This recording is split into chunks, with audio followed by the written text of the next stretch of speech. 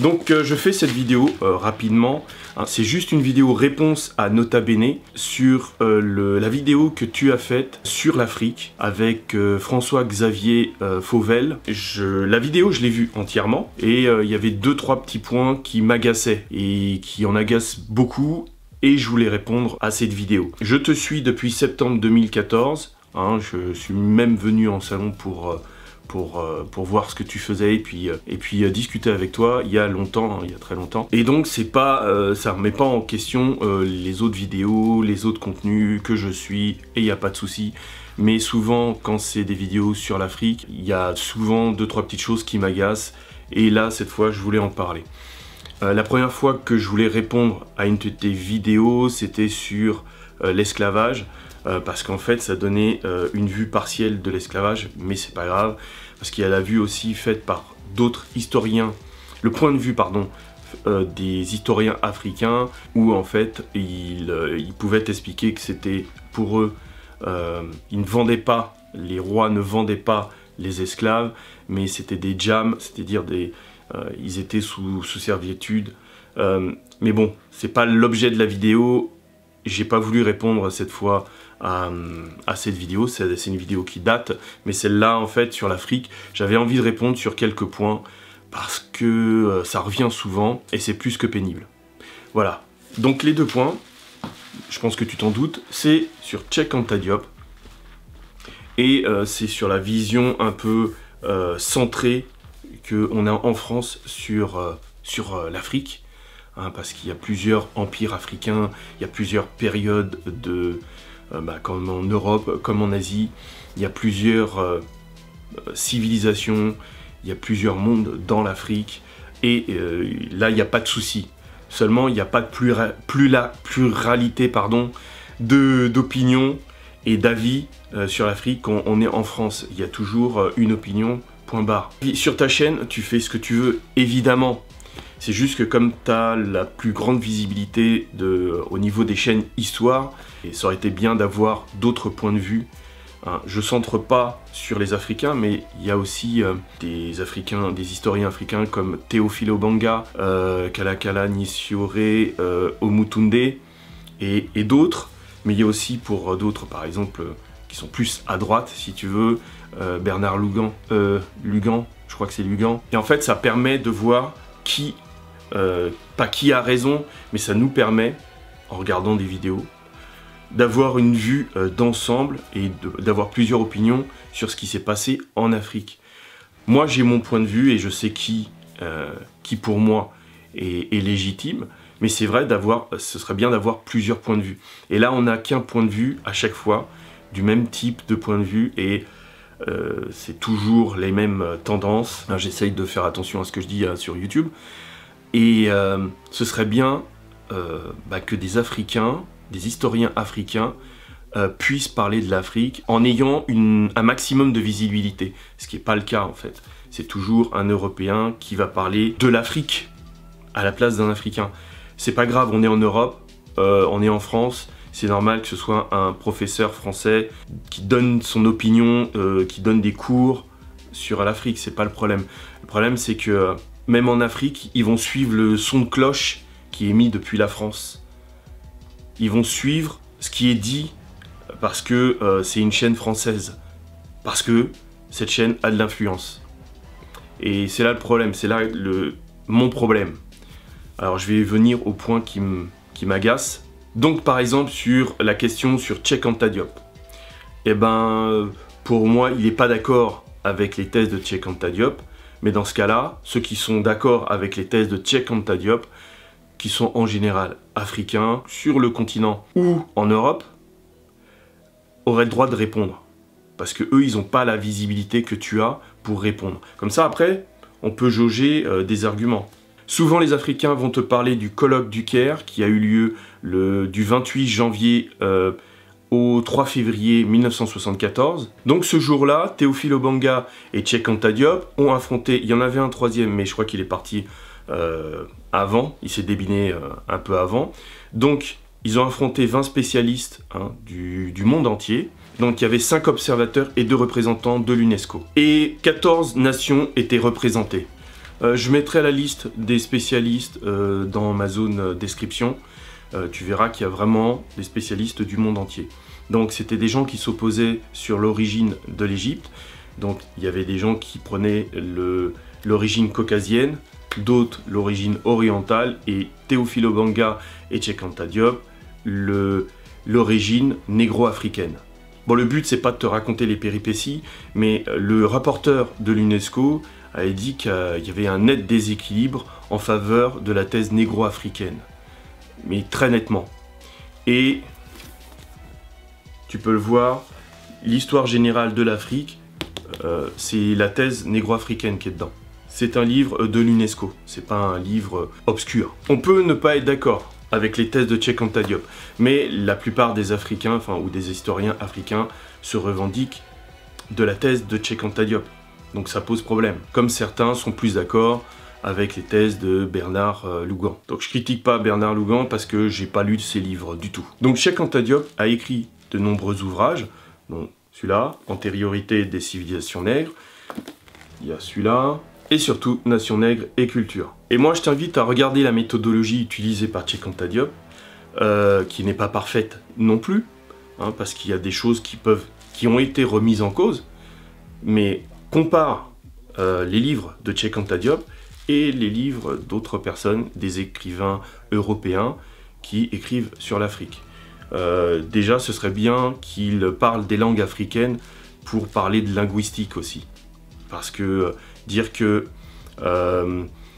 toutes les thèses linguistiques démontrent que c'est pas... Enfin voilà, c'était un peu vague sa réponse. Eh bien, les historiens qui sont du côté de Cheikh Anta Diop peuvent te démontrer qu'il y a énormément de thèses linguistiques qui vont dans ce sens-là. Donc en fait, moi, ce que j'aimerais, c'est qu'on puisse comparer les deux, pour savoir qui a raison. Des gens qui parlent, qui maîtrisent leur langue, la langue de leurs ancêtres, contre d'autres. Ouais, je fais ce petit aparté parce que souvent, les gens qui parlent de l'Afrique, de l'histoire de l'Afrique, ils parlent pas les langues africaines. C'est un peu dommage. Je trouve que c'est un handicap. Quand on est historien, moi je ne suis pas historien. Parce qu'il y a, comme dans toutes les langues, parler la langue et comprendre le sens des expressions d'une langue. C'est vraiment différent. Et pour la linguistique, ce serait bien de comparer les deux, vraiment. Il y avait une autre question dans votre débat, interview, c'était sur pourquoi les Africains, les historiens africains n'étaient pas visibles.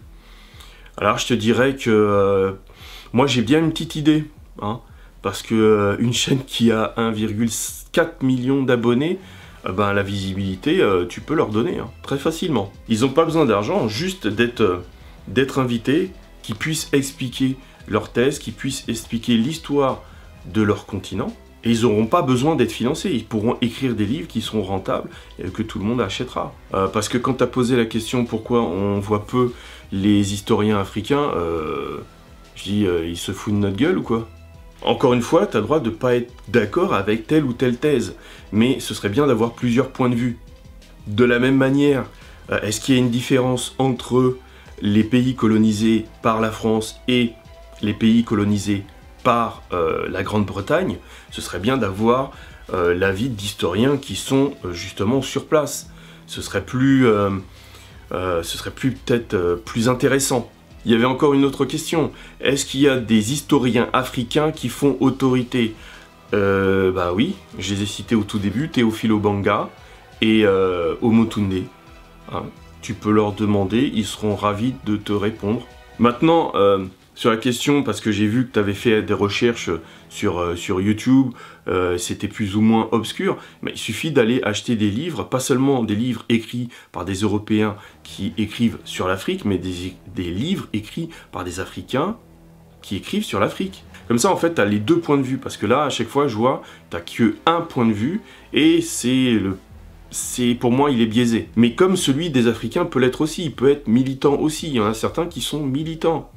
De la même manière que Bernard Lougan, je crois que c'est Lugan, aussi qui est de droite, il a une vue plus colonialiste. Mais au moins à nous, ça nous donne plusieurs points de vue. Donc si tu veux aussi plus de détails sur des monuments en Afrique, il y a le mur du Bénin, qui est une fortification qui est 4 fois plus grande que, à la taille d'origine hein, bien sûr, que la muraille de Chine. Donc il reste quelques vestiges seulement, parce que les Britanniques en ont rasé une bonne partie, mais il reste quand même des pans de murs, des pans de fortifications, des douves qui restent de cette époque. C'est un site qui est classé au monument historique de l'UNESCO. Encore une fois, c'est pas des fanfarons noirs qui t'inventent des choses. Donc le monument est classé. C'est une fortification qui était 4 fois plus grande que la muraille de Chine. Il y a les ruines de l'Orépénie, qui est près de la frontière entre le Ghana et la Côte d'Ivoire. Il y a la cité de Kano au Nigeria. Il y a la Libella, hein, mais qui a été citée par l'interviewé. Il y a le château de Gondar en Éthiopie. Il y a les ruines de Kami au Zimbabwe. Hein. Il y a aussi le Grand Zimbabwe, mais il y a les ruines de Kami. Il y a les ruines de Kilwa en Tanzanie. Les ruines de Gédé au Kenya. Et je pense que ça fait pas mal. Donc pour te répondre, ce que j'aimerais, c'est qu'il y ait plusieurs points de vue. Parce que là, chaque fois, on n'a qu'un point de vue. C'est pas grave, c'est ta chaîne, il n'y a pas de souci. Mais quand tu parles de visibilité des historiens africains qui n'ont pas, et que ce ne sont pas des historiens africains qui interviennent, ça pose problème. Lorsqu'on critique Cheikh Anta Diop et que derrière, il n'y a pas d'invité pour répondre justement sur ses propres critiques, c'est vraiment dommage. Sinon, il y a d'autres livres hein, sur l'Afrique. Il y a le patrimoine des royaumes et empires africains. Il y a la charte du Mandé. Il y a aussi, par exemple, le fondement de l'état de droit en Afrique précoloniale. L'Afrique impériale. Il y a aussi manuel d'études des humanités classiques africaines. Et il y en a sûrement d'autres qui ont été écrits par exemple, des Maghrébins, des gens qui vivent au Kenya, etc., etc. Donc, pour finir, je voudrais que tu t'arrêtes pas aux préjugés, parce que durant l'interview, j'ai entendu que tu étais allé voir sur YouTube, sur des chaînes obscures.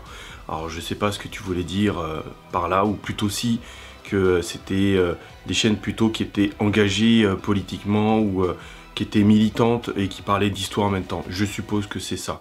Mais il faut pas se fier qu'aux apparences, parce qu'il y a des gens par exemple qui parlent de l'histoire d'Afrique et qui utilisent les travaux de Bernard Lugan, il me semble.